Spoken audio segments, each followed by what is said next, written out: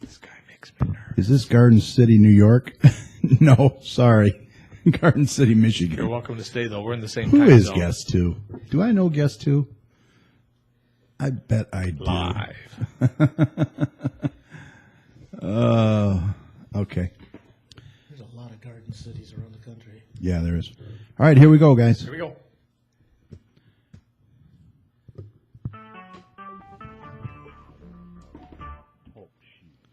Recorded live.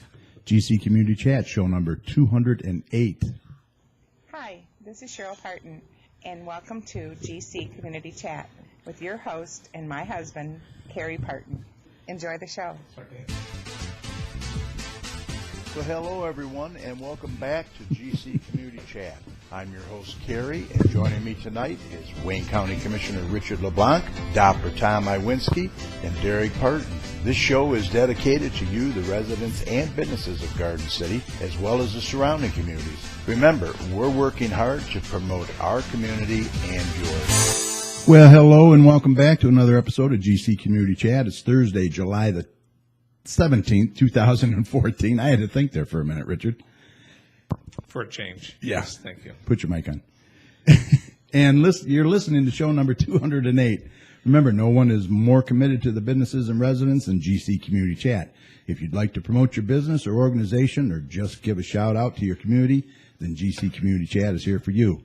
We are all about promoting our community and yours. Okay, let me introduce my co-host for tonight, our Wayne County Commissioner, Richard LeBlanc. Richard, how you doing tonight? Hey, pretty good. Good, How are you, good. Gary? I'm awesome. Good. Never had a bad day in my life. Oh, Randy, how you doing? You caught that right. Yeah. And our resident weatherman, Mr. Doppler Tom Iwinski. Are you on the phone? No, not yet. He will be. Okay, he's in the chat room. Trust me. He'll be there. And hey, I'd like to introduce former Councilman Mike Jones in the studio. How you doing, Mike? Doing great. I've only had one bad day in my life, so you're still one ahead of me. Well, we're happy to have you here and sitting in Thank you. tonight. All right, if you want to join the conversation tonight or maybe have a comment or a question for any of us here, just head on over to TalkShoe.com and search for show ID 82757. And that takes you right to our main show page. Once you're there, you're going to click on the large Join Now button, and you'll sign in as a guest or create a free account. And that will take you right to our chat room where you can listen in and type your questions and comments at the bottom of the page. And you'll find our phone number and show ID there as well. Now, if you want to call in tonight, the number is 1-724-444-7444. 444. And you'll enter the call ID 82757 followed by the pound sign. Some of you may have to call in more than once due to the heavy traffic, and we apologize in advance for that. Keep trying, and we hope to talk with you soon. You can always text your questions and comments to us at 734-788-9319. We are also doing a video recording of tonight's show, so you can put a face with the voice, and that video will be available on our YouTube channel later at youtube.com/communitychatshow. Okay, tonight we have another great show for you. The election's coming up on August 5th, and we encourage you all to get out and vote. It's very important that you do that. And if you're a little undecided about who to vote for over the next couple of weeks, we will have two candidates running for the state representative position for the 11th District, and I'll mention who they are later, a little later in the show. And then tonight we are happy to have one of the front runners for the Wayne County executive position, Westland Mayor William Wild will be here with us tonight. And we'll be chatting with him in just about 15 minutes or so. We also have Joey and Holly back with us. They're gardening in 2-minute segment, and Richard will be here, I'm sure, with a few county items to discuss. Right, Richard? That's right. You always have something. I have never had a loss for words. And Mike, if you have anything you want to jump in and say, you're more than welcome to, okay? Okay. All right. But first, let's get the latest weather update with Doppler Tom. Okay, let's do a check on weather with Doppler Tom. Let's see what he has in store for the rest of this week and the weekend coming up. Tom, take it away. Tom, how you doing? Now, I know this hasn't been Richard's type of weather. He likes hot and humid, but man, I've been loving it. Yeah, but I did give Tom a compliment before we went live. Yes, you did. Thank you for getting rid of that polar vortex. Yeah, I mean, coming back, so enjoy that fall weather as much as you liked it. Yeah. The AC and all those loved it, but Say it some. is officially summer. Chill is not going to be sticking around, but it was nice this week. We did see some rain as well. Now, that's all starting to change. We got a little bit warmer today. We got into mid to upper 70s for high temperature. It's only going to increase as we get into the weekend. And throughout the rest of the night, though, it will be overall pretty clear out there. And temperatures will again bottom out into the upper 50s, so another cool night out there. So we'll leave the windows open. And as we get into Friday, a lot of sunshine out there, and temperatures will be in the low 80s, so a little bit warmer as we get each day. And as we get into the weekend, I think overall the weekend is going to be a great weekend out there. Probably a lot of sunshine, some afternoon clouds will build low 80s overall, and for high temperatures, and the low temperatures will be in the low to mid 60s. So that's overall a pretty great weekend out there. And then as we get to the next week, it will continue to warm up. Monday will again be in the low to mid 80s, and then Tuesday into Wednesday will probably be into the mid to upper 80s. So that will be nice. And a little bit of rain will be mixing in on Wednesday and Thursday, but they're not going to be a complete washout. It's just going to be so much humidity out there that a shower can develop at times. And then as we get later into next week, we will see a little bit of a cool down, but not as significant as this week. We'll probably get back into the lower 80s. I'm trying to convince Cheryl to get a lighter. So overall, it ain't going to be a bad week, a pretty quiet week on tap, and weekend on tap. But yeah, that cool down was pretty significant. It was a very deep trough that developed all across the Great Lakes region. We had overnight temperatures in the 50s, 40s, and even 30s across the Canadian border. Oh, is it crossing? Really unusual. Well, Severe weather hasn't been too crazy as well. Texas is the biggest player right now in the U.S. weather with a lot of rain and storms and a lot of flooding out there, which they definitely could use the rain, but they're getting way too much at a certain time. And the tropics overall are pretty quiet, the Atlantic and the Pacific, but way out into the Central and Western Pacific is very busy. Another typhoon is heading towards China, so they're staying pretty busy out there. And our tropics are staying pretty quiet, so that's the good news. And that's pretty much the weather out there. There's not too much going on, so if you want to keep tuned to this local weather information, just go to my website, dopplertomweather.com. yeah, been kind of quiet, hasn't it? So we'll take it. Yeah, Gives you a break. Hey, what's the latest with your buddy Rex Roth? How's he doing? Okay. Yeah. Good. I could have mentioned that, but I didn't know if I had time. But Yeah. he's overall doing pretty good, all considering. He did lose his left eye in a fireworks accident on the 4th of July, and they tried to save his eye. They operated on it for over 7 hours, but they just could not save his eye, so his eye did get removed, and he's going to be heading back to Michigan over the next few days, and over the next few months. Probably next month he's going to get a prosthetic eye, and then get used to that, and then come back to the air in September. So overall, he's doing all right, all Good. considering. But it was a pretty heavy blow to him. So, Yeah, but yeah. as well as he can right now. Yeah. Hopefully he returns back to the air soon. All right. Thank you, sir. Appreciate it. And Thanks, we'll talk to you DT. later. Yeah. Okay, now that you have your weather report, you can go out and do some gardening. So let's get to our Gardening in 2 Minutes segment with Holly and Joey Baird.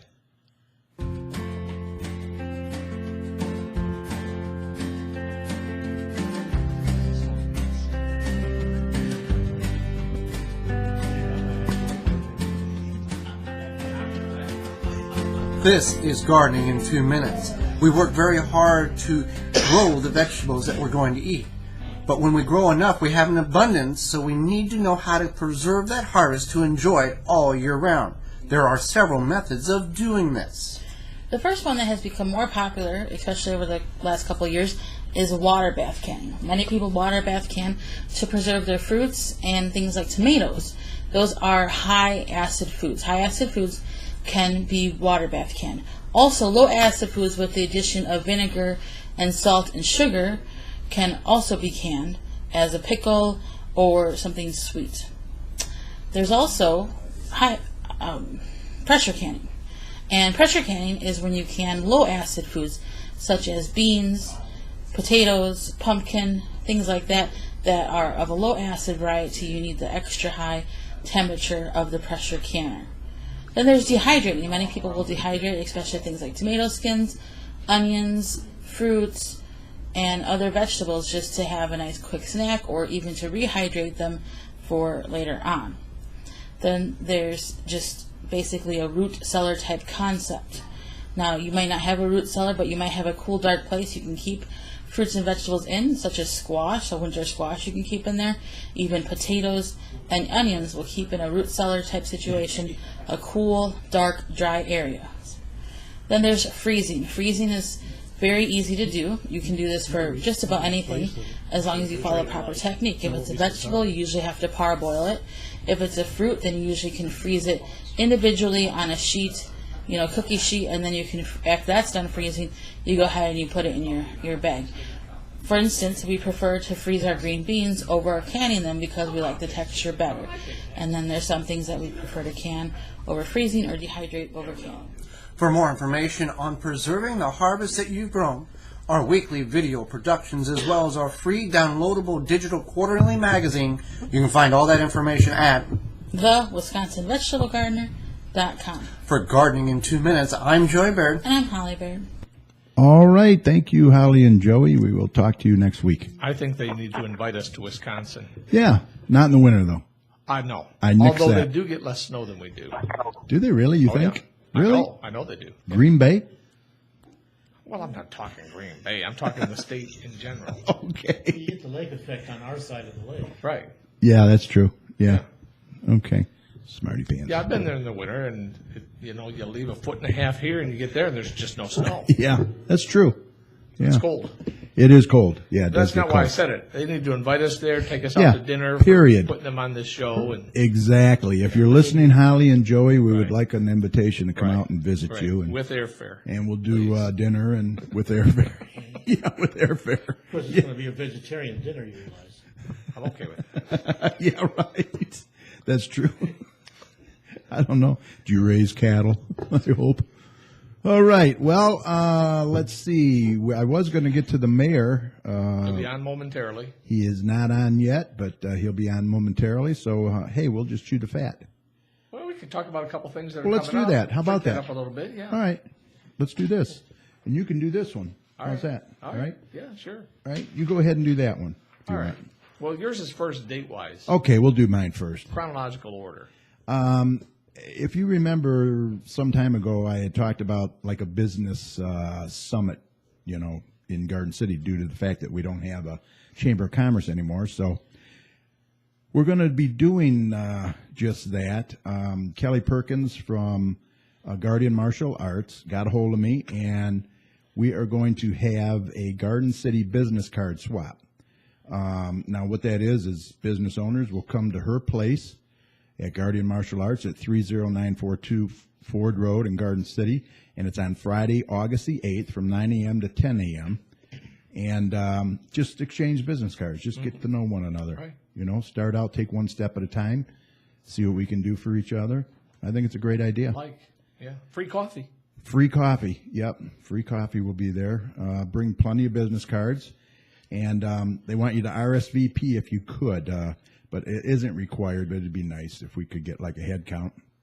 And the phone number is 734-266-0565, and that's Friday, August the 8th. Okay, so that same location. Yep. Guardian Martial Arts and Fitness. So still at 30942 Ford Road with a phone number of 266-0565. They're hosting another item the next day. So on Saturday, August 9th, from 10 a.m. to 2 p.m., they're having a Community Appreciation Day, which that's pretty cool. That is. So they're That is inviting awesome. folks out. They want to let you know that they've been around for 16 years. 16 years, yeah. And they really appreciate the patronage. They really appreciate being a part of the community. They're going to give a free kids self-defense class at 11 o'clock. Wow. Yeah. Free. Can't Free. beat that. They're offering something that I have a little bit of familiarity with, and that's a fingerprint kit for the first 20 that arrive. And the Oh, fingerprint very kit, important. it's very cool. We used to do that with the police department. You know, get the kids fingerprinted, a little lock of hair and a picture, and you throw that into an envelope, and it's in a place where you know where it is if you should ever, unfortunately, need it. Yeah, that is very But, very so important. they'll be giving those kits away, and free hot dogs. Oh, Yeah. yeah, we're going to try and show up if we can. Yeah. 'Cause free hot that's- dogs. That's Saturday, August 9th, from 10 to 2 o'clock. Never Yeah, get that's a good hot- deal. Can never get enough hot dogs. What You kind should of kids know. eat our hot dogs? Mr. Ballpark here. Yeah. Right. My Those are red hots, though, I thought. Yeah. my grandson's there right now for karate class. Oh, okay, he goes there? Yeah. Cool. Yeah, they've been there a long time, 16 years. That's very nice, very impressive. Indeed it is. All right. Well, you know what? I think maybe our guest is on the phone. Are you there, Mayor? Yes, I am, gentlemen. How are you? Doing good, doing good. I'd be doing better if you were here in studio, but, you know, what can I say? We're glad to have you on the You know, line. We're happy to I have you. apologize for that. My campaign team has been stretching me all across this county. There's 43 cities, and Yeah. It's crunch they book me time. for things. They never give me any drive time. So Well, hey, you were on the show back in August of 2013, almost a year ago, and I asked you then if you were running for county exec, that the rumors were running rampant, and here we are tonight, one of the front I'm here runners. tonight to confirm that those rumors aren't true. So what do you think? You're one of the front runners. That's cool. Yep. Yeah, you know, our campaign now, it's been going very well. You know, we're actually, I think we're about 15 months into this thing, and we've really come a long way. When I first got in the race, obviously there were some big names that we had to contend with, and people have been around for a long time. But you know, here we are, 20 days out from the election. You know, the polls that are coming out, and our internal polling shows us that you know, we're really coming down the wire. It looks like we're pulling into a real close race with Warren Evans at this point. And you know, back when we kicked it off, we weren't even talking about that name, but the way that the polls look now, and the way that the election is shaping up, looks like it's coming down to the two of us. Well, that's good. That's good. Do you think that starting or announcing your campaign benefited you? I mean, so early. You know, I do. I think it helped me out a couple different ways. First of all, it allowed me to get organized, and you know, now that when you're really coming down the stretch, one of the things, especially if you're in a close race, the thing that kind of separates campaigns is how well you're organized, and if you've got your key people in place, and how well they can execute a plan. And you know, by getting in early, I was able to bring in some very talented people to work with me, and we were able to make some relationships with the media early on, and reach out and actually talk to a lot of elected officials and key people, and that's really kind of paid off for us. So, you know, looking back, I think I probably kicked it off about the right time, and I'm real proud of this team we have, and they've really put us in a position to be real competitive the last 20 days. Right. Well, you know, I'm sure you've heard this question a lot. Why do you want this job so bad? Yeah, you know, I get that asked. I get asked a lot. Yeah, I can imagine. Especially, you know, in our city, and I'm proud to be the mayor. We really have come a long way as a community, and you know, we've got a balanced budget now, and we've got, you know, a great working relationship with our unions and the surplus, and we're doing it. You know, we're setting up the future for the next generation. A lot of people say, you know, you could just kick back and just take it easy, but you know, it's never been my nature. And when I look at the county government, and I've learned as a mayor and a city council person how important it is for county government to be effectively working. What a role that plays for all of our communities. And you know, as I take a look, I just think the county's going in the wrong direction. You know, we should be the most dynamic county in the state. Yeah, I was going to ask you that. Instead, we've become defined. Yeah, you think defined by our failures and right? scandals. Right. That's what I was going to ask you. You think the current executive has really let down his constituents, huh? Well, you know, I'm going to let the voters decide that, but I can tell you that we definitely have different managerial styles, and I'm much more hands-on. And more proactive, and I think I'd take a little bit longer look on vision on things as I'm putting things together. But we definitely have a different managerial style. So, yeah, what qualifies you think, to run for this office? I mean, why should people vote for you? Well, I can tell you that this is a very important position, and this race hasn't gotten a lot of coverage because of the media coverage of the city of Detroit. Mm-hmm. But it's an important position. The county's budget is $2 billion a year. I don't think, Kerry, that there's a job that could better prepare you to be a county executive than to be a full-time mayor in a large city. Right. And what I've learned, what I learned in my private life with my small business really helped me in my job as a mayor. But what I've learned the last 7 years there by what I've learned in public safety, and we've dealt with property values dropping and foreclosures, and we've had some natural disasters that we had to deal with. And as a mayor, you're battle tested, and you're responsible. And when you have, and Richard knows this, when you live and you're in a key position, elected position in your hometown where everybody knows where you live, you're on the job 24/7. And yeah, and I don't think there's any other position that could prepare you for a job like this than being a full-time mayor. And you're pretty much under the microscope too. I mean, people are watching you for sure. Yeah, well, part of the job. You get used to that. I mean, it's a little bit tough on the wife and Right. my wife Sherry and kids, but she doesn't send me to the grocery store on my way home from work anymore. That's for sure. right. So, Richard, you wanted to say something? Yeah, well, really, Otherwise, I'll be late for dinner. right. Right. It's really as much an observation as it is an opportunity to expand on some of the things that have already been mentioned in the last several minutes. But, in our community, for example, again, we do have a full-time mayor. This is not a ceremonial position. Right. It's not a member of the council that also votes. Big difference. It is. It's a day-to-day covering all aspects of government position. And so, and the mayor would attest, as others in Folkestown know. I have that charter just about memorized. I know it forward, backward, and everything in it. And as mayor, you're the chief law enforcement officer. Yep. You're responsible for the day-to-day. At the end of whatever happens, you are the person that has the ability to cut that red tape to get things done. And as recently as yesterday, I had a very lengthy conversation, an hour, with somebody who has a Wayne County project that happens to also involve the city of Westland, a big project, residential construction. And the mayor, Interesting. this is all code, of course, but it's on Newburgh Road. And we were talking about some of the difficulties and the roadblocks, and the person that's in charge of this particular construction project commented to me very directly, in the city of Westland, I can get X, Y, and Z taken care of in 20 minutes. In Wayne County, I'm over 3 months. In fact, I'm getting pretty close to 6 months. Wow. So, there was a lot more to the conversation, but what it says to me is that when you have the right people steering the ship, they have the ability to knock on the office door of the person that's have a responsibility and say, let's get this taken care of. Yeah. So having a business person as well as someone who knows a budget, has managed the day-to-day activities, has been on top of things regarding public safety, et cetera, it's a very compatible leap, and I'll call it that, to go from large city government to exceptionally large county government. Right. So, Mayor, everybody pretty much knows you in the suburbs. How are you reaching the people of Detroit? How's that going?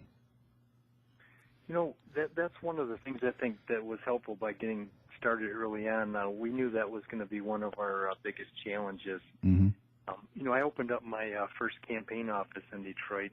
It's been over a year ago. Now I've got two of them. I've got one on Van Dyke and Jefferson, right across from the Solidarity Hall, and I've got another one on 7 Mile in Livernois. And out of these two campaign offices, I've worked 3 teams of walkers, and we've actually we've canvassed over 50,000 homes in the city of Detroit, and we've worked these neighborhoods inside and out, and we've been doing that kind of quietly. We didn't tell a lot of people what we were doing because campaigns tend to emulate each other, but we've really covered a lot of ground on the ground there. I put a good team together. One of the things that we did is we took a look at Mayor Duggan's playbook in the city of Detroit, and because his election was fresh, and we took a look at some of the tactics that was successful for him, and we worked on those as well. And we've been working the Detroit urban media for over a year. I hired a gentleman named Ken Coleman that heads that up for me, and he knows it inside and out, and he moved us through that pretty well. And as mayor over the years, I've made some contacts, and we've been working with a lot of different stakeholders that we know. And we've obviously, at the end of the day, it's going to be tough to come from a suburban mayor and come in and win the city of Detroit. But I think that we're really going to surprise people, and we're going to be very, very competitive in Detroit. There's a lot of optimism in Detroit right now. I mean, Oh, yeah. For example, to elect Mike Duggan, let's face What it, he there did were a was number incredible. of things, right, to elect a guy who was a recent Write-in. resident, was not officially on the ballot, and the list goes on. There is a lot of optimism. There's high expectations.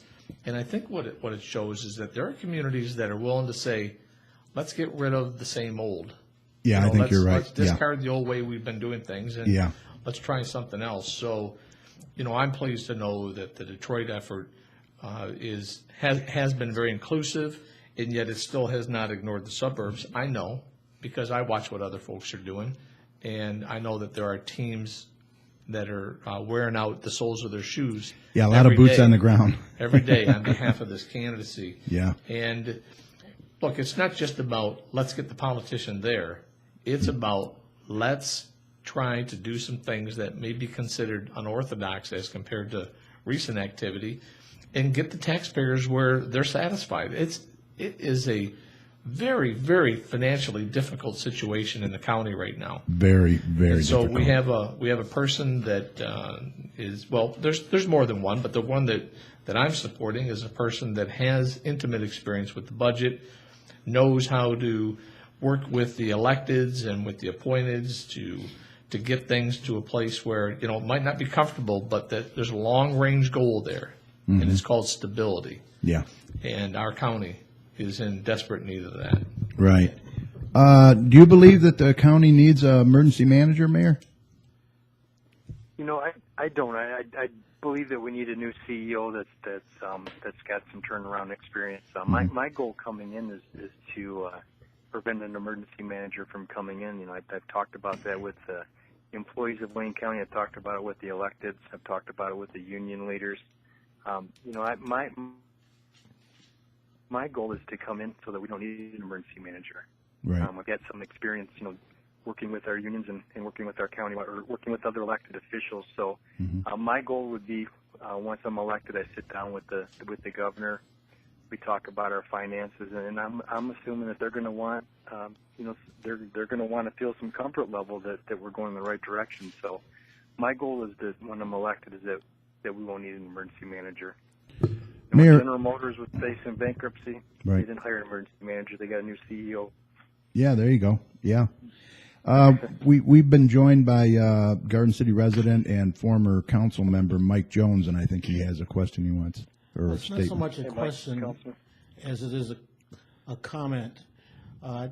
We've seen it with Detroit and their new mayor, that if you've got a vision and you're organized to try to implement that vision, that people are going to give you a chance for success. And I think that's a lot of the reasons why the residents of Detroit are starting to be a lot more optimistic about their future.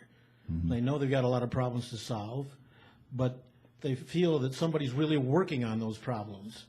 And it seems that you're the same mold. You have a vision for what you want to accomplish, and you have a track record for working with the key people that are needed to implement that vision. Well, I'm a commissioner. I don't know if I've ever mentioned that or not. I do happen to be a relatively new county commissioner, but I'm not new to government. I'm not new to politics. I have a question for the guy that I've already voted for, actually, to be the next exec. And we didn't pre-screen this, by the way, so this is fresh. Okay. I wonder, Mayor, if there's anything that you would either urge caution with or flat out ask to be held off until after the new executive takes office. Interesting. I've got just the thing for you. The thing that I think that the county executive, and I actually asked them this at a candidate forum, and I'd asked the county commissioners, I think that they need to hold off on making a decision on the jail project. I just think that this is an incredibly large project that has become, very complicated, and there's a lot of tax dollars at risk here, and a lot of them have already been wasted. So I'd like to see that we take a step back from this to really take a good look and see what the best move is moving forward. And I just, in my experience, it hasn't proven to be the decisions like this being made in the supercharged environment of an election. Mm-hmm. Usually, what happens is you see political decisions as opposed to what's best for the taxpayer. So I would ask the county exec and the commission hold off on making a decision on this jail project until after the election. You're not the first person to suggest that, but while it's my opinion that right now the train has slowed, not necessarily to a crawl On the jail. It certainly is not at full speed, and there are some things that are being reviewed. Whether that particular project could wait that long, that'll be interesting.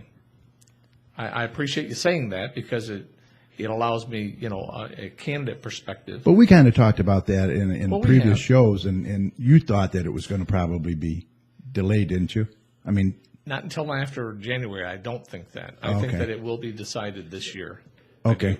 And for a host of reasons, amongst them, things that the general public and, without being disrespectful, perhaps a number of the candidates don't realize, there's litigation involving the jail. Yeah. And I'm not sure that the court would necessarily agree that it needs to wait, to get to a certain step. If there's I'm not making a suggestion here, but let's just say that there was a settlement proposal. The court would not stand for, in my opinion, waiting until somebody else assumed office. But that's just my opinion. And you're right. The public does want this resolved. I mean, this is something that's been hung over the county's head for a long, long It's time. a huge issue. I mean, today, and we'll talk about it a little bit later in the show, but today the commission actually did vote to support to sell the old county building. Right. I saw voted that. against it. Did you? And I did. And part of my reason was not fair.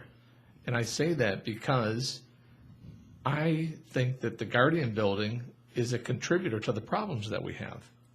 And my preference would have been to say, you don't like being there. Let's put it in reverse a little bit. And, the county building is a beautiful building that needs restoration, sure. Yep. But boy, has the county spent a lot of money on the Guardian building, and we're not done spending money. Wow. And it's not a government building, it's an office building. So, there are some things that are going to happen, even though some of us may think, let's hold off a bit. But I appreciate that perspective. The jail certainly is amongst the largest catastrophes that the county is faced with And right expense, yeah. I mean, it's, ooh. You care to comment, Mayor, on any of that? Hey, it's like Richard had said, when you take a look at the money that's on the jail, and I peeled back the layers and then looked at the county's CAFR on it, and that's a report they have to file annually that you can look it up on the internet. They've spent $200 million. They sold $200 million worth of bonds, but when you take a look at the bond payments, they sold them with a 30-year payback, and you look at the interest rates. Right. The county taxpayers are on the hook for when you look at that Gratiot site today. What you see out there right now, Yep. we've committed to $530 million. So it's the $200 million bond sale plus interest over 30 years. So that's $530 million. And then if you start talking about maybe packing up and moving out the mountain and spending another, we've heard $350 million, and you add the interest to that, all of a sudden now, because the county wanted to build a jail, now we're up to $1 billion project. So take a look at that. You take a look at the Guardian building. That was two bond sales. One for I think $40 million and one for $35 million, and that wasn't that anticipated, goes back, so they say. Yeah. Right. That's $75 million in one of those bond sales I looked at. They're only making interest payments on it. They haven't even touched the principal yet. Right. And then Can't you afford know, it. Boy. Right. Wow. The racetrack, $30 million, and Yeah. so they made a lot of incredibly bad That was decisions. that So- was a big, yeah. Yeah, there are a number of Brings things up- like that. And, yeah. and you know, it's kind of interesting. Today, as I was leaving the building, I saw a gentleman who is, interestingly, my mom's financial advisor. Oh, okay. You know, and I know him. So we actually stood outside and we chatted out front of the building for about a half hour. And, you know, he made many of the same observations. There's just a whole lot of money that's out there, and there's a whole lot of things that are up in the air, believe it or not. And the folks that are really making all the money right now are attorneys. Oh, yeah. Big time. And he had some choice words that are not suitable for radio regarding that. But there are so many issues. In fact, the county building that was sold today, you know, it was being litigated as well. Would they go for like 13 million or something? 13.4, I think I saw. You know, it was, but the county did not own the building, which was another, in my opinion, a mistake. The county They own the land, though. they own the land yeah. under it, which was valued at $10,000. We talked about this That's last crazy, week. It is yeah. crazy. But they didn't own the building.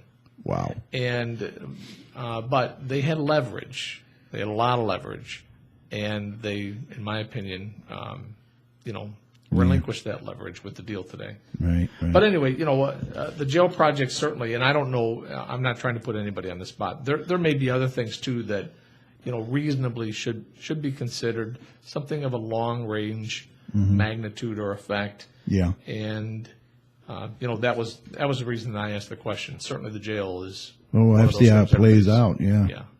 You know, moving on, Mayor, I did. I was reading about your. It's called Ethics 2.0 program. You want to talk about that a little bit? Yeah, you know, that's Very one important. of the things that I'm looking to implement early on. I put a copy. Your listeners can go to my campaign website. It's wildforwaynecounty.com, and The they can number take a look four, at this yeah. Ethics 2.0. But you know, it's one of the things as I've gotten around the community or the county, and I talk with residents in just about every city. The one thing that they really come back on is they all focus about the scandals and Yep. you know the lack of integrity and Accountability. So one of the things I'm going to look at doing is implementing what I call Ethics 2.0, and the key part of this is that I'm going to appoint somebody as a full-time ethics officer, and it's going to be somebody that it's not going to be an at-will employee. It's going to be somebody that I'd appoint to, you know, say a 4-year term. I'm going to look outside of the political realm, and I'm going to ask the business community, some nonprofits, some respectable organizations to recommend some people. Or And maybe a once that radio person's in host. Place, I'm gonna empower them. You're like, Kerry, you'd be a perfect person. So. He said co-host. Am I on the short list? You're on the short list. Okay. But, you know, I'm going to have this person. They're going to work. They're going to help me screen through my new hires. They're going to help train our staff, work with our employees. We're going to, you know, the ethics I think starts at the top. I'm going to have them work with the ethics board that's in place, and you know, the ethics board now doesn't have, you know, they don't have a budget or they don't have staff to work with them. So I'm going to give them the tools they need. I'm actually going to ask the ethics board. I want to empower them as well. I don't think that one person can be responsible for the ethics of a county this size. So, you know, I'm going to just take a look at that. We're going to recreate that because I think that, you know, probably just as important as us getting our arms around this financial problem that the county has is we have to restore the trust in county government because that's something that we can't take for granted, and that's something that we've lost. I like that. I like that idea. What do you think, Richard? Yeah, of I mean, course. accountability. You know, People want that too. Yeah, we Transparency. at the county have an ethics ordinance, but I've been fairly outspoken regarding ethics ordinances, whether they be local or county, as not having sufficient teeth. But the fact is, you could do something that is unethical and could even violate the ordinance, but things may not happen because there's a process to go through. What I like, though, and the way that I've, you know, conducted myself is if someone working for me is doing something that's not in the best interest of, and then fill in the blank, Right. taxpayer, colleague, office, then that's addressed, at that level right away. I don't really care about the ordinance so much. Right. And we have had numerous instances within county government that may not involve an elected person, but a person who works for the elected person. And they could have been caught earlier, I guess is where I'm going with all this. And perhaps what the mayor is suggesting is another vehicle to monitor it. Certainly an administrator over it, where that's their specific duty, could be helpful. Certainly wouldn't hurt, that's for sure. Yeah, no, I like that idea a lot. Mike, you have anything else you want to say? No, I'm just enjoying the feedback. It's good. Mayor, what would you? They're giving me the 5-minute warning here. Okay, 5 minutes. I'm gonna ask you right now, and tell them to get off my back. No, what would you like our listeners to know about you, and why do you want their vote? Well, I'd ask them to just take a look at the turnaround of the city of Westland. They can take a look and see what we've done as far as working on our finances, how we've worked with our unions, how we've worked to keep our millage rates low, and how that we've been able to reinvest in our community. And we're doing a lot of infrastructure projects now, a new city hall, a new fire station. We've been able to do that because we have a balanced budget, and I think that we've been able to improve quality of life, and we've also been able to attract economic development, which has resulted in new jobs in our city. I'd ask them just to take a look at that, and if you think that those are the type of things that we need to be working on as a county, I'd ask them to give my candidacy a serious look. They can go to our website once again, which is wildfornewaynecounty.com. They can follow us on Facebook. We're going to have a big rally this Monday night at 5:30 at our Ford Road campaign office. It's right on Ford Road, right at the overpass before you get to 275 on the right-hand side. Big 2-story building. You'll see our big banner there. We're going to be there from 5:30 to 7 Monday night, and I just ask them to take a look at the different candidates. And this is an important position. This is a management position. Take a look at the skill sets of the different candidates. And like I said, as the polls are coming down to Warren Evans and myself, this race, I think, is about the future of Wayne County. Mr. Evans has been there for 32 years. That's been in a public safety role. And once again, I don't think this is a public safety position. I think this is a management position, and that turnaround experience, that financial experience, and I think the experience of bringing in economic development is something that's going to be very important as well, because I can tell you people are still leaving our county every day because they don't feel that there's opportunity here. So, well, I kind of like that's a lot. That's a mouthful, but I'd ask if these are the type of things you're looking for in your next Wayne County executive. I'd ask you to please consider voting for me on August 5th. All right. I think I voted for you on July 12th. Yeah, and I will be too. So, and I believe, Mike, you are too, right? Yeah, I won't vote till August 5th, but I'm definitely in his. So there's 3 right here, right off the bat. Well, thank you, all 3 of you. Hey, and I got to mention, you have done a lot for Westland. I really have to say that and give you credit. You had I was spending so much time there, I thought I was becoming a resident. And I love Garden City. I just wish that we could get more things here like you do there. We were there with the 338th band, and also the car show you had. You just have a lot of things going on there. And hey, there's a lot of partners in that town. Yeah, there is. Really. There really is. And we need to partner with them. The key is everybody has to work together and pull together. And I get a lot of credit as mayor, but I can tell you I didn't do it myself. I worked with our city council, and we made some tough decisions, but we worked together, and we moved things forward. And once we got a little bit of momentum going, it made it a little bit easier. But it really takes everybody pulling in the same direction. And I'm encouraged. I like the things that I'm seeing in Garden City. I do think that your community is working its way through the recession and the downturn in the economy. And I'm high on the city of Garden City. As a Wayne County executive, I'm going to be a good friend for Garden City. Awesome. I like that. Well, look, I'm going to let you go. I really appreciate you coming on the show. Richard and I and Mike, and taking time out of your busy schedule. I know they got you going in 10 different directions there. And, hey, best of luck August 5th, all right? Thank you, and you guys keep up the good work. Thank you. All Keep right, in we'll see touch. you. Bye-bye. All right. Well, there you go. There you go. So 3 votes right here. Well, plus. Plus. I know plus. All right. So let's see. Where are we? I wanted to mention, I got to get this in for my buddy Mike Lawrence. The Straight Farmhouse is having their outdoor flea market located on Merriman Road, and it's the second and third Saturday of the month. And this Saturday, the 19th, is the next one. So if you're interested, it's only $15 for a 10 by 10 space, payable on the day of the flea market, no advance reservations. If it's raining or bad weather, it will be canceled. It's located at 6221 Merriman Road, and that's between Ford Road and Warren. So if you have some stuff that you want to sell, or if you just want to go out for the day and check out, what everybody else has got, it's a good deal. All right? There you go.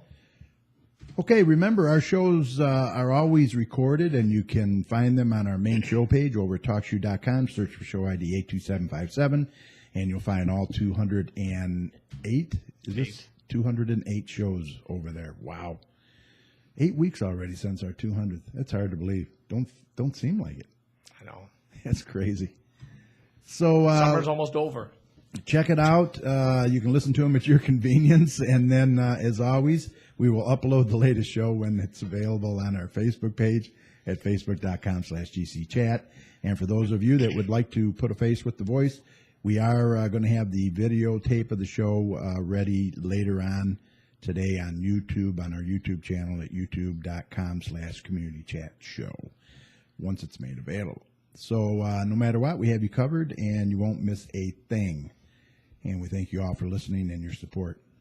I did want to congratulate, I don't know if you probably heard this today, but I want to congratulate State Representative David Kanisick and Dearborn Heights Councilwoman Lisa Hicks Clayton on receiving the Observer and Eccentric newspaper endorsement today. A little surprised on their endorsement of Horace Sheffield over Congressman Connors. I was a little bit surprised about that. And then to round it out, they endorsed Jim Rhodes on the Republican side for the 11th District State Rep. So congrats to all. Mm-hmm. Any comment?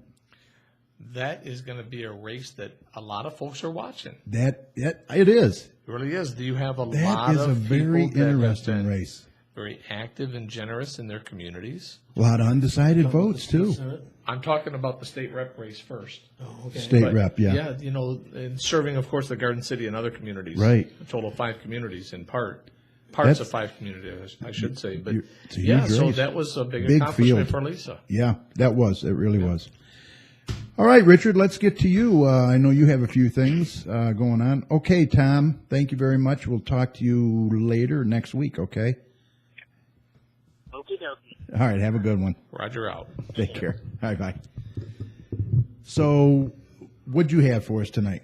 Well, so my day began today Yeah, I with know my the spread. office meet and greet. Yeah, where are the that I hold leftovers? monthly. I said, where are the Actually, leftovers? your wife, my wife, and a few other wives are enjoying them right now. Are they really? They are. Oh, for God's sake, I didn't get nothing. Yeah. Neither did I, by the way. But the monthly office meet and greet, I've talked about it once or twice on here, but I got to say, I really, really enjoy that. That is really a nice thing. It And- really is. And folks comment that they enjoy it too, participants, folks that work for the commission, folks that work for the county. We pretty much invite anybody who is willing to show up and make it to the 7th floor. And it's really a spin-off of something that I hosted at the state rep level in the Capitol once a month, which was called the House Breakfast Group. Oh, okay. Something I didn't start. I didn't know that. But it was handed to me during my second term. Okay. And I chaired that for 4 years. And it's really just an opportunity to say, hey. And really cool, and it gets Yeah. folks not on the voting floor, not in committee. Yeah, that is And kind of we cool. invite them all. Yeah, that's the neat. executive team, the commission team, everybody. So the surprise, though, was that We had an honorary guest today. Really? Senator Anderson showed up. No way. He did. He was at the Rotary Club today too, right next door to us. He left our meeting to go to Rotary. Okay. But yeah, so he showed up at about a few minutes before 9, I guess it was, and I chastised our guard for letting him pass the secure area, but nonetheless, it was good to see him. Yeah, he's a And good guy. he like I had friends there before he got there. There's folks that he's worked with in the past. So yeah, we had a really good time with the meet and greet That's today. awesome. And the main item today was Cheryl's taffy apple salad. Yeah, I saw that all over Facebook. We tried to change it up a little bit, so I had pre-printed 25 copies. That wasn't of the recipe. That wasn't enough. Really? So one Wow. person took it and they went back to their area and made copies, and it's a very simple recipe and very, very good. So yeah, well, people I'm gonna enjoyed have to it. try it someday. Yeah. Someday maybe we'll both get to try it, because I didn't get any either.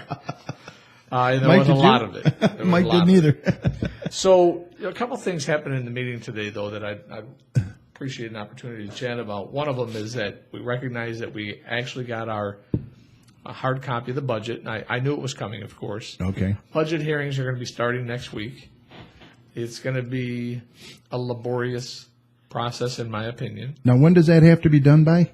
How long you get? Yeah, we have to be done by September 30th. Okay. And we will be done before that, though, I think. Do you? In a large part because we've been told, I haven't reviewed it yet, but we've been told it is, for the most part, a carryover budget.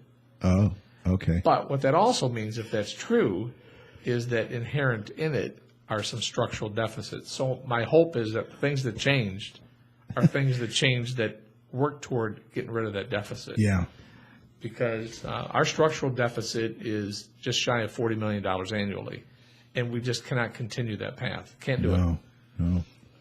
So I did ask a question, though, that verified that our accumulated deficit, once slightly over $200 million, is now, I shouldn't say is now, but when the books reflect all of the activity that's recently occurred, on October 1st, it'll be $99 million. So I can legitimately say, though, that it's better than what I got there. Yeah. Yeah. And I'm glad that we were all able to work together to accomplish that. And I'm saying accomplished because everything has happened. It's just not recorded yet. Okay. So there was that. Two special things that happened during the meeting today, though. One of them is, I mentioned we sold officially the Wayne County building. Right. I have very mixed feelings regarding that. I did vote How'd that against vote it. go? What was it? I believe there were only 2 of us that voted against it. Really? When it was done. It was far different in committee. In committee, it was a close vote. Oh. But, maybe there was some campaign or whatever to try to secure additional votes. I do know that there was a slight improvement in the contract. And your reason for the no vote, you think they could have got more money, more leverage, or what? It really wasn't money. Okay. And maybe that's not fair to say it that way, but it really was that I think that it did a couple of things. One, it negated an opportunity, a realistic opportunity, to make a different decision involving where the county does its business. I wasn't a member of the commission, but I did not support moving into the Guardian building. If I could have voted, I would have voted against it. Mm-hmm. I do not care for that building as a government service Yeah, I know. building. You've been very outspoken It's about not. that. It's an I know. office building. Yeah, and it's not right. And it's a I agree. beautiful building. But Yeah, well, you're it's putting not a lot of government- money into it, too. Not a government building. So, in large part, it negated the opportunity to one day revisit that issue. And I'm not trying to turn back the clock. Mm-hmm. I'm trying to say it's a government building, and it is a fabulous building, Oh, that it Wayne is. County building. It's Yeah, beautiful. it is. It's in the right place. Historical, everything's man. good, and it Yeah. has parking.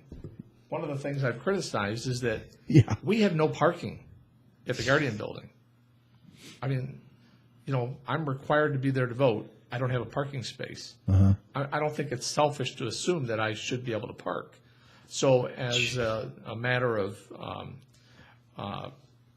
requirement, I have to valet, and I don't like that. I don't blame you. So the leverage that I spoke with when the mayor was on the call was that what the county did own was the land underneath the building, which is odd how that happened. That is very. But it owned the parking lot adjacent to it. And parking is just, it's an absolute commodity in the city of Detroit. Oh, it is. It was the leverage. I asked the question, how essential is the parking lot to the deal? And they said, 100%. It's absolutely essential. No parking lot, no deal. So I turned the table and I said, well, then that means we have very significant leverage. We Yeah. don't just have a little bit of yank. You We had a have lot. all the leverage that we need. Yeah. And, Okay. and at the end I of it, see. it was sold as part of the deal. The county got its $10,000, no, it got $50,000 for the land underneath the building. So 5 times what it was supposed to be valued at. Right. And it got $2.5 million plus for the parking lot. I just think that financially, I do think we could have exerted more leverage, but I'm not critical of the fact that, there were a lot of people working hard on this. But I will conclude with this. It was another instance of finalizing something to end litigation, and that drives me crazy. Yeah. Everything, not everything, that's not fair. Many of the things that we find ourselves involved with at the county level involve lawsuits and the Several. settling of them. Yeah. And this was another one. So it's just really, Wow. so So now the buyers, they could go in there, refurbish it, and have you guys back in there. I don't see that Invite you happening. back. I really don't. But what they did say was, number one, it is a historic building. Yeah, on the they're Federal going to Register. keep it. They're going to keep the building. They're going to rehab it.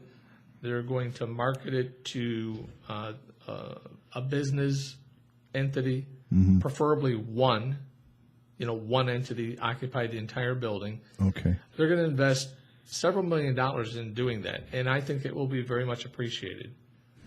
It will transition, of course, from government use to public use, so there'll be a tax opportunity for the city of Detroit. Wayne County is not going to share in the tax opportunity to the degree that it should or could. Yeah. But it's an entirely convoluted downtown development authority thing. Okay. But nonetheless, it got approved. It's going to happen, Yeah. and everything will be complete and final. The county will have removed all of its interest on December 31st this year. The last thing I want to talk about was really something that was kind of intriguing. We have in the state of Michigan the E911 Act, and the Public Act involves things that involve our emergency 911 services. And providers, those that, I'm going to just name the big ones, Verizon and AT&T, phone folks. Yep. They pay a fee, a monthly fee, as part of this law so that they can do business in the state and that so 911 can become funded. Wayne County was advised some time ago through an unsolicited contact. A company said, we owe you folks $580,000 because we didn't pay our fees. And there are a lot of these providers out there. Joe Schmo could print up cards, buy the service, print up cards, and sell phone cards at the gas station for $20. Okay, yeah. They're required to pay into this fee, into this program. Oh, wow. The county is the pass-through facilitator. Money comes from these entities. It's provided to the county. The county then distributes to the 911 communities. We have 4 of them in Wayne County. And so the county would see none of this money, but 911 would, which is a good thing. So the attorneys on behalf of this still unknown entity said, we owe you $580,000. We want to pay you. But we are not identifying our client until after you agree to these terms. Indemnify us for past acts. We admit we owe this money, we will pay you. State law does not require any fees, or rather any fines or any penalties, so you can't say, well, you owe us another $100,000 because you didn't pay us. There's no mechanism to allow that. Yeah. This really is one of those things where either somebody got a conscience Wow. or they got a new treasurer or whatever. Yeah. And they discovered that they owed Wayne County $580,000. That is so This took interesting. up, I'm going to say, 35 minutes of time today. Oh, yeah. I was the Easy. last speaker, and I finally said, if I have this right, Someone wants to give us $580,000. We spend 30 seconds talking about something where we'll spend $10 million. Yeah. And here someone wants to give us more than $500,000, and there were votes against it. Honest to God. Honest to God. So it was a divided vote because some folks thought that we could do better. But one of the things I kept coming back to is we had the Wayne County Treasurer, excuse me. Yeah. We had corporate counsel for Wayne County proper. We had other affiliated folks look into this. Nobody could find anybody that owed us any money. This is truly one that is just off the books. So we would Way never off the books. have found this. But for the fact that they came to us and said, let us give you $500,000 plus, we would never know it. So of course I'm going to vote to accept it and then distribute it to 911. So somebody definitely has a conscience out there, that's for sure. Well, that or they're concerned that, if this is discovered 10 years down the road and all of a sudden it's, millions of dollars, who knows what might happen. So the argument against this was because they're not do naming better. who it is, or what? Well, not naming who it is, and we could do better. Do better. And, so I was amongst those who That said, is insane. we have skilled people that work for us, let's face it. The treasurer does as well. They couldn't figure it out. I'm a lay person when it comes to that. I don't have day-to-day responsibility Yeah, right. for what happens in the treasurer's office. Exactly. And I take them at their word. We tried. We can't figure it out. Let's take the money. Yeah. And the beauty of this is, and I haven't disclosed it yet, after we ink the deal and say, yep, okay, it's all being done, the county has preserved the right in writing to know the identity. So we will get to know it. The second papers are Oh, when you find signed. out, I want to know. We're going to know it. And more importantly, or equally as importantly, we have the right to audit. So we have the right then to say, XYZ company, it's not 580, it's 680. Or okay. through our Okay. forensic So, yeah, examination. you So could- we're gonna make out. Yeah, absolutely. Yeah. And so It's a no-brainer. it actually was kind of interesting to, some of the things that happened today and some of the statements that were made were kind of bizarre. But it does make you suspicious when they say, we're not going to tell you who it is. Actually not. I view this as an amnesty thing. And, we cannot know who they are. Here's the alternative. No deal, no $580,000. Yeah. I see why you voted yes. Oh, you have to. And, you and- have to. And state law, and I voted for this in 2012, the revision. State law does not prescribe penalties or fines. And there's a host of reasons for that. There really is. Yeah. But But so if somebody's wanting to give you $580 million it's 580,000. or Yeah. 1,000, yeah, come on. Yeah. So we're doing it, Oh, okay. even though yeah. it was a divided vote. Kind of That is comical. very interesting. Yeah. Wow. So when we learn the identity, and trust me, every commissioner wants to know, and so does every attorney that's been working on it. Oh, I can imagine. Wow. So maybe in a couple months, when everything's all done Oh, and I they gotta reveal it, Put this one on the back if shelf for a I little see bit. that it's Mike Jones phone card incorporated, Mike. Wow. That's a chunk of money. I do have a comment on your parking thing. yes. Yeah. At Comerica Park, they provide parking for us, parking places for us, but it's a half a mile from the stadium. Yeah. Well, we And don't I have to pay $2. Do they run a shuttle? Golf cart or anything? Not very much. Wow. For some of the early workers, they do, but for the ones that report for work for one of the later starting times, like vendors, they don't. Yeah, and I'm not going to say that that's great or that's acceptable, but we don't have parking. Yeah. Period. Yeah, period. There's a dot at the end of it that is a period. So where do you park? The I Guardian? have to valet. Oh. And so there are oh, valet oh. companies. This valet is I don't hired like by the that. Guardian building, approved by the county commission. So they are the ones that park anybody who wants to visit that building that Uh-huh. drives up to it, So if I wanted to come visit you, I'd have to valet. or park across the street for $10, for half No, hour you're or not whatever worth it is. $10. I think there's a problem with this mic, or maybe it's my earphones. Testing 1, 2. Yeah, most of the time I'm parking at the Ford Field garage. Yeah. But Okay. it's a half a mile walk to the stadium. from Well, there. maybe you should just Wow. join the DAC and park there. Well, Yeah, right. There you go. That's the best parking spot in the whole city. So by the time you get to work, you're already wore out. And then you got to walk how many miles in the stadium for 9 innings? I typically walk about 3 to 4 miles a game, Wow. Wow. and it's not. And that's carrying a heavy ass. Yeah, well, it's I not mean- that heavy, but it's still carrying stuff Well, up and downstairs. Yeah. I mean, the one you carry isn't that heavy, but some of them are very heavy. That beer. Oh, yeah. Oh, my God. Oh, I thought we were talking about him personally. This guy's such a comedian. So is that all you got? What That's else you all got? I got. I'll have more next week. All right. So what'd you think of the mayor's comments tonight?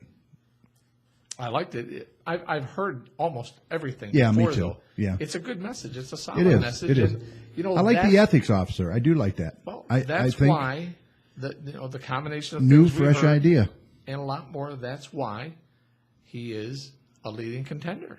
Yeah. Look, there has to be a top tier set of candidates, and there are. There are 5 candidates Mm-hmm. in this race, in my opinion, that are viewed as top tier. And of that 5, there are 2, Yeah. and he's in it. Yeah. According to the polls, I mean, he's in it too. So, yeah, I liked it. What do you think, Mike? Yeah, I was. as I said, I think he's projecting the same kind of image that Dugan presented to Detroit, one of change, vision, Very similar. responsibility. Yep. You know, Very similar. I mean, when you think about it, what Duggan Ethics. did, I mean, was amazing. Oh, that, As a write-in, are you kidding me? yeah, that. I mean, if, that's if we had Time Magazine in town, that'd be the deal of the century. It would. It would be. Yeah. Front page, man. Right on the cover. Yeah. All Speaking right. of downtown, Yeah. the vice president was downtown today. Really? Yeah. Biden? Yeah. yep. I did not know that. He was speaking downtown. at a progressive rally thing. Oh, is that what it was? I didn't know what it was, but I just knew I he was didn't know. downtown. There were Oh, an exceptional number of public safety people down there today. yeah, the water thing. What water? The water, they're the doing, shut off. yeah, Is that they're what doing, that was? yeah, they're doing a big, No. big rally for that coming up. That was separate. Yeah. There was a progressive group, I don't remember the exact name and so forth, that was going to put forth progressive agenda for the country. Ah, Okay. On all types of issues, you know, the gay marriage, the immigrants, Oh, you name it. all of these things that progressives have a different stand from their Tea Party brethren, for example. And they had some top speakers. Had a senator in there from Connecticut, I think, or Massachusetts maybe, and Biden were the 2 main speakers that were recognizable. Okay. well, on the way home, I did get out of there early today Yeah. because I had a meeting in a different part of Detroit today.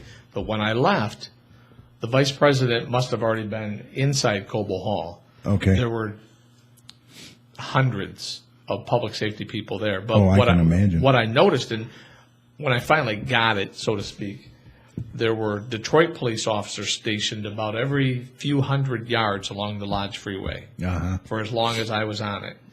And for the motorcade, Yeah, I'm sure. right. I don't Yep. know where the vice president was headed afterward or out of town. Yeah, I don't think they even say, be honest.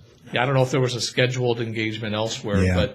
but it looked as though the vice president was headed north when he was going to be leaving. Oh, Holden as Lake. as opposed to, you know, The mansion on the lake. I'd take him for a pontoon ride if he wanted. All he has to do is ask. He would. He Yeah. would. He would. I could see Biden doing that. Yeah, I could. Yeah. Give him a beer. yeah. I don't have a train. I know he likes trains, but I've got 5 boats, so we could figure out something he would like, and a golf cart. Yeah. But security was extremely heavy.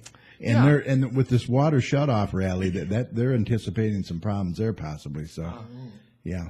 Keep posted on that. Keep an eye out. All right. Well, moving along here. Get your pencils ready. Ready?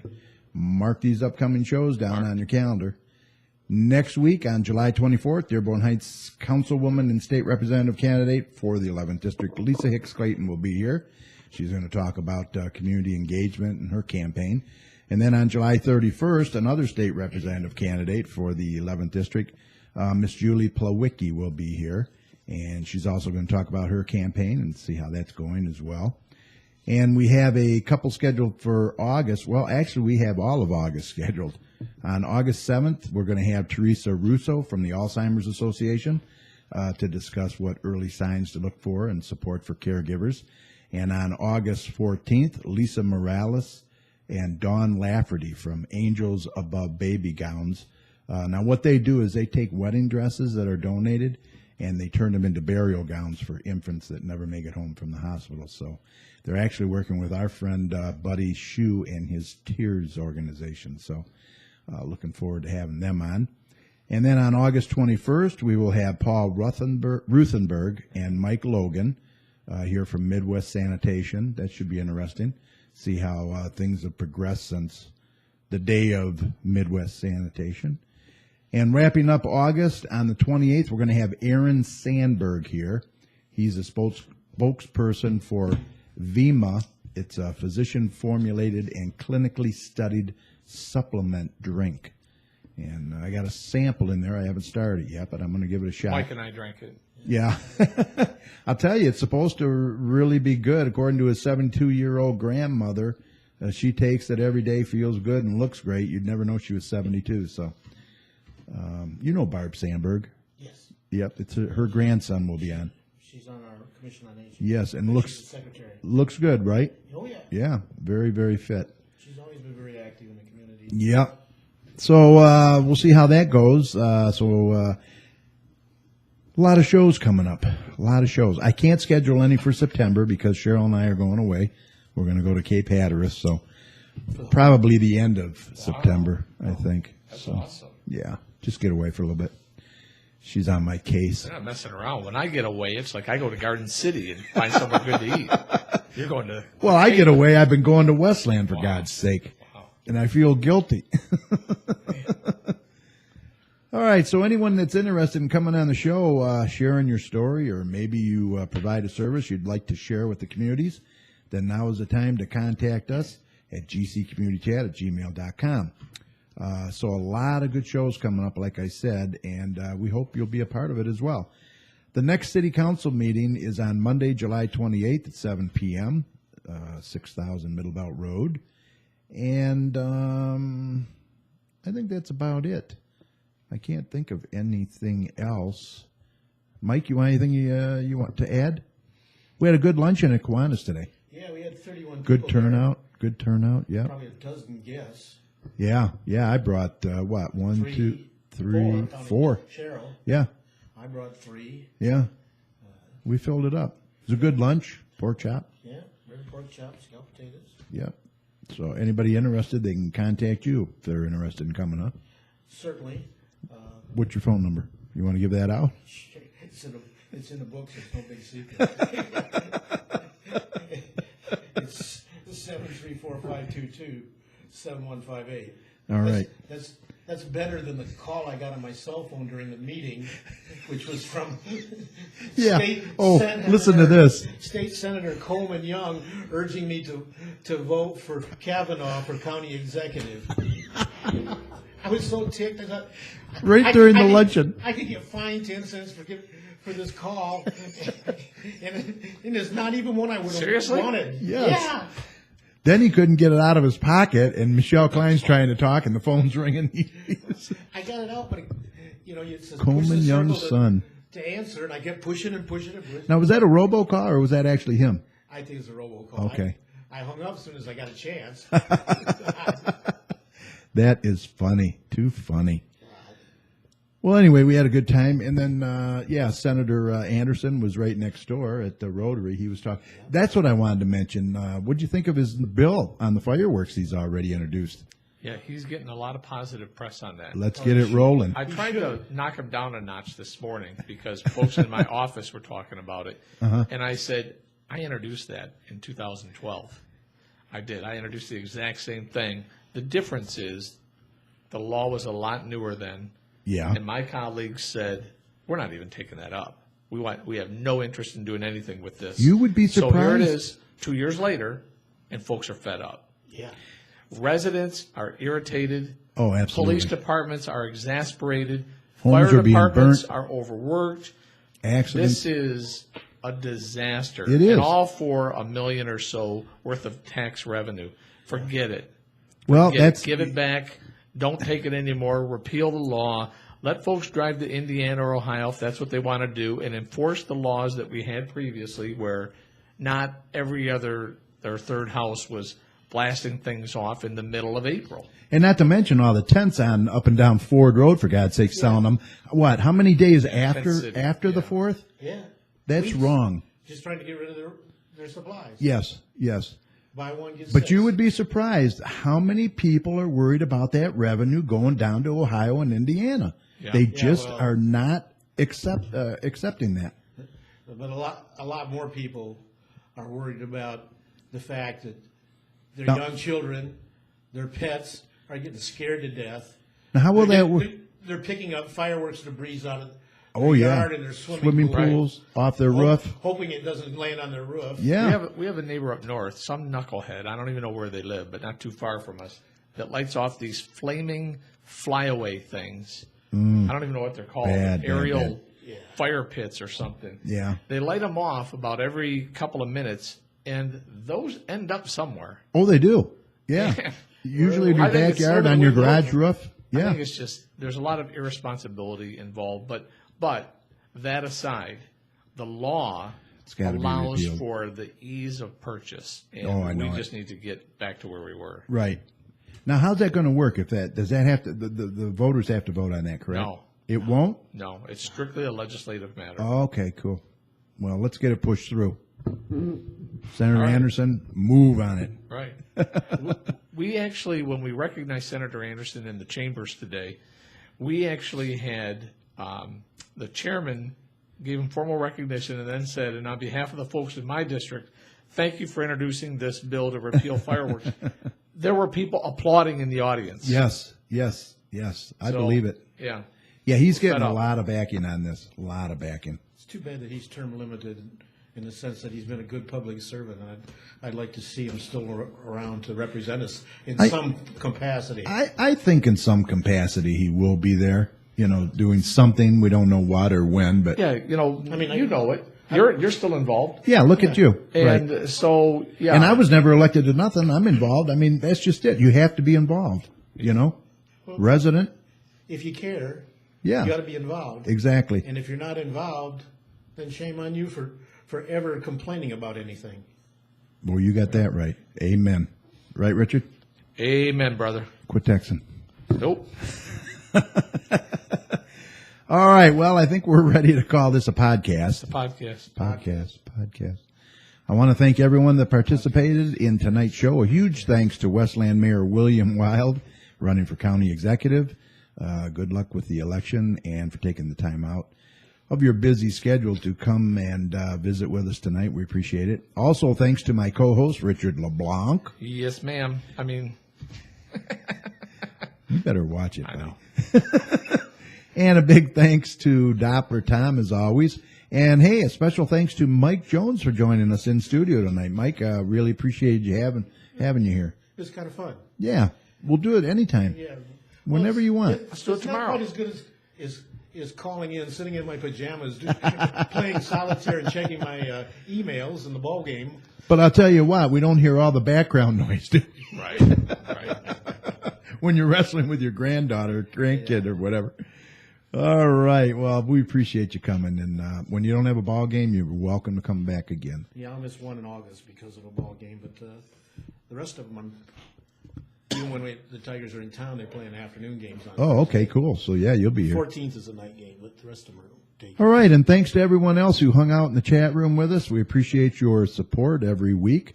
If you have a show idea or a guest you'd like us to try and get on, just send us an email at gccommunitychat@gmail.com, and we'll do our best to provide that.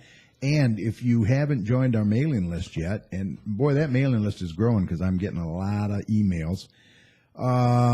In the subject line, just type "add me to your mailing list" and send it to gccommunitychat@gmail.com. Join us next Thursday, July 28th, for show number 209. 209. Live. At 8 p.m. right here on TalkShoe.com, show ID 82757, when we welcome Dearborn Heights Councilwoman, State Representative candidate for the 11th District, Lisa Hicks Clayton. Should be another good show. So we hope you all enjoyed tonight's show. Remember, the success of a community depends on the community. So please support your local businesses. And if you see something, please say something. Look out for one another out there. So on behalf of Tom and Richard, this is Kerry. Thanks for listening, and we'll talk to you next week. And I did want to acknowledge Terry. Terry is in the Terry Krausen in the chat room. Thanks for joining us tonight. He is the owner of, the Growth Coach. He coaches people on life and businesses and holds workshops, one-on-one coaching. So if you're interested, give Terry a call at 734-718-1640. He's a great guy.